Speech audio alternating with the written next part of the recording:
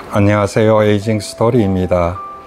오늘은 은퇴 후 외국에서 살아보는 게 노후 준비 선택지 하나가 될 수 있는지에 대해서 한번 생각해 보겠습니다. 우리가 죽기 전에 꼭 이루고 싶은 버킷리스트가 아니더라도 은퇴하면 한 번쯤 외국에서 살아보고 싶다는 생각을 다들 해 보았을 것입니다. 국내 한 생명보험사가 서울과 오대광역시에 거주하는 성인 500명을 대상으로 은퇴 후 생활 계획을 묻는 설문조사를 실시한 결과에서도 60.4%가 은퇴 후에 해외에서 살고 싶다는 응답을 했습니다. 그럼 이처럼 나이 들어 외국에 살고 싶은 이유는 뭘까요? 그건 생활비가 저렴하고 자연 환경도 좋은 곳에서 새로운 사람과 문화를 경험하며 좀 더 느긋하고 좀 더 여유롭게 노년을 보내고 싶은 마음이 아닐까 싶습니다. 우리가 동남아 유명 휴양지에 가보면 은퇴 후 장기 체류하며 노년의 시간을 보내는 세계 각국의 노부부들을 해변가나 카페나 음식점에서 쉽게 보게 됩니다. 이처럼 우리보다 고령화가 앞선 선진국에선 은퇴 후 생활비가 저렴한 인접 국가로 이민을 떠나거나 일정 기간 장기 체류하며 편안한 노후의 시간을 보내는 데 필요한 다양한 정보를 제공하고 있습니다. 미국 이주정보업체 인터내셔널 리빙에서는 매년 은퇴 생활하기 좋은 나라와 도시의 순위를 발표하고 있는데요. 남미 국가로는 파나마, 코스타리카, 멕시코나 에콰도르가 추천되고 있고요. 아시아에선 말레이시아와 태국이, 유럽에서는 스페인과 포르투갈이 은퇴 후 살기 좋은 나라로 추천되고 있습니다.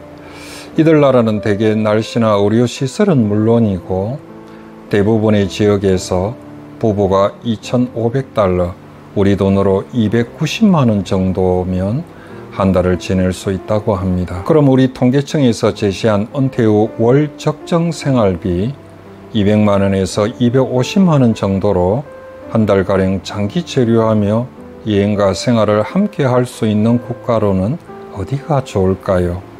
잠시 하나 말씀드리고 계속하겠습니다. 오늘 영상을 시청하는 분 중에는 여전히 노인 빈곤율 세계 1위인 우리나라에서 은퇴 후 이민이든 일정 기간 장기 체류이든 외국에서 노년의 시간을 보낼 정도로 경제적 여유가 있는 사람이 얼마나 되겠는가 반문하시는 분들도 있을 겁니다. 그렇습니다. 우리나라가 경제 규모로는 세계 10위권 국가라고 하지만 가계부채가 3,000조가 넘고 한국보건사회연구원이 조사한 2020년 노인 실태조사 결과를 보더라도 65세 이상 고령층 36.9%가 생계비 마련을 위해 경제활동에 참여하고 있는 게 현실이어서 한가롭게 은퇴하고 외국살이 한다는 게 일부 고소득 은퇴자들이나 할 수 있는 사치스러운 선택이라 생각할 수도 있을 것입니다. 하지만 우리가 베이비부머 세대라고 하는 60대 은퇴자들이나 50대 중반의 중장년층은 70대 이후 노인 세대와는 다른 경제적으로나 노후에 대한 가치관을 가지고 있는 게 사실입니다. 참고로 요즘 60대의 순자산은 전체 세대 중 가장 많은 평균 4억 966만 원입니다. 따라서 오늘 주제를 너무 불편한 시선으로 보지 마시고요. 노후 준비의 은퇴 후 생활의 하나의 선택지 정도로 생각해 보는 건 어떨까요?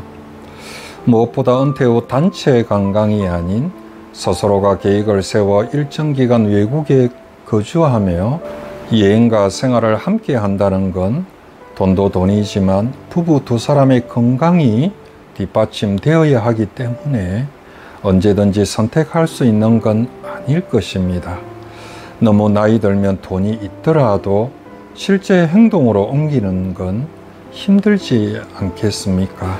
그럼 월 적정 생활비 200만 원에서 250만 원 정도로 한 달 이상 장기 체류하며 여행과 생활을 함께 할 수 있는 국가로는 어디가 좋을까요?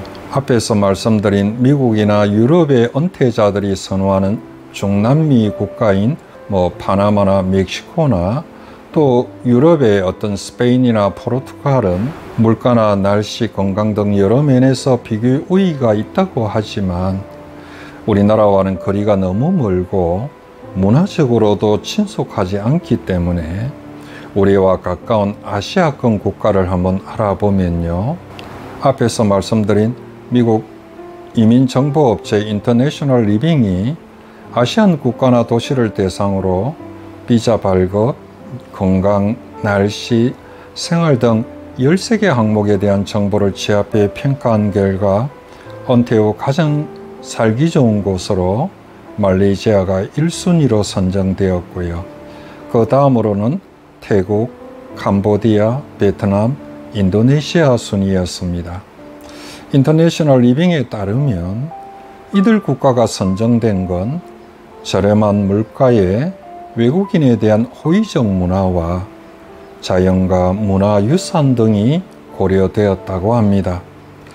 말레이시아는 장기 체류에 필요한 비자 프로그램이 잘 되어 있고 태국은 의료시설에서 높은 평가를 받았다고 합니다. 참고로 50세 이상 외국인이 장기 체류 비자를 발급받기 위해서는 태국과 필리핀의 경우에는 3천만 원 이내, 말레이시아는 9천만 원 정도의 은행 잔고가 있으면 장기 체류 비자를 발급받을 수 있다고 합니다. 무엇보다 이들 나라가 은퇴자들에게 살기 좋은 나라로 주목받는 건 부부가 함께 체류하더라도 월 생활비가 200만 원 정도면 충분하다는 점입니다.